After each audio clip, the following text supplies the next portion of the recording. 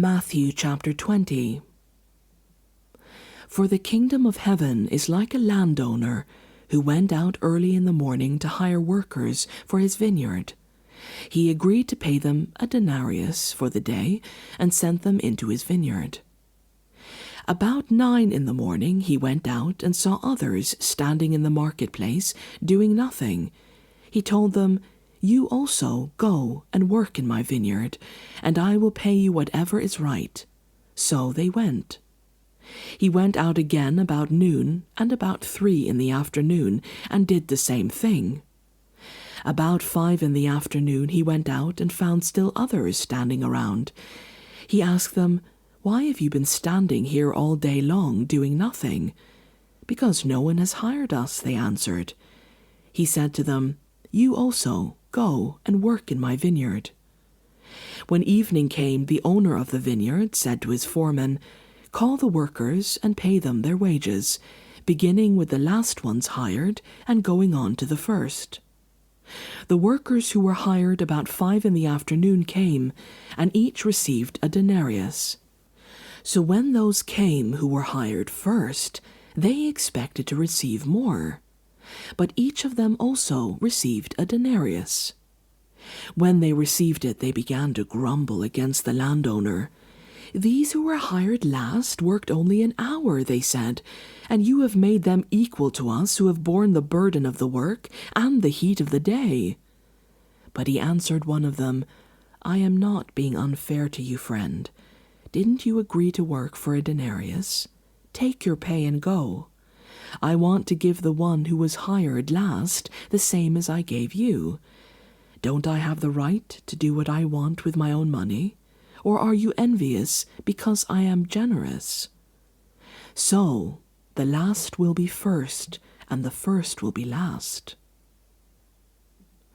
Now Jesus was going up to Jerusalem. On the way, he took the 12 aside and said to them, "We are going up to Jerusalem, and the Son of Man will be delivered over to the chief priests and the teachers of the law. They will condemn him to death and will hand him over to the Gentiles to be mocked and flogged and crucified. On the 3rd day he will be raised to life." Then the mother of Zebedee's sons came to Jesus with her sons, and kneeling down asked a favor of him. "What is it you want?" he asked. She said, "Grant that one of these 2 sons of mine may sit at your right and the other at your left in your kingdom." "You do not know what you are asking," Jesus said to them. "Can you drink the cup I am going to drink?" "We can," they answered. Jesus said to them, "You will indeed drink from my cup.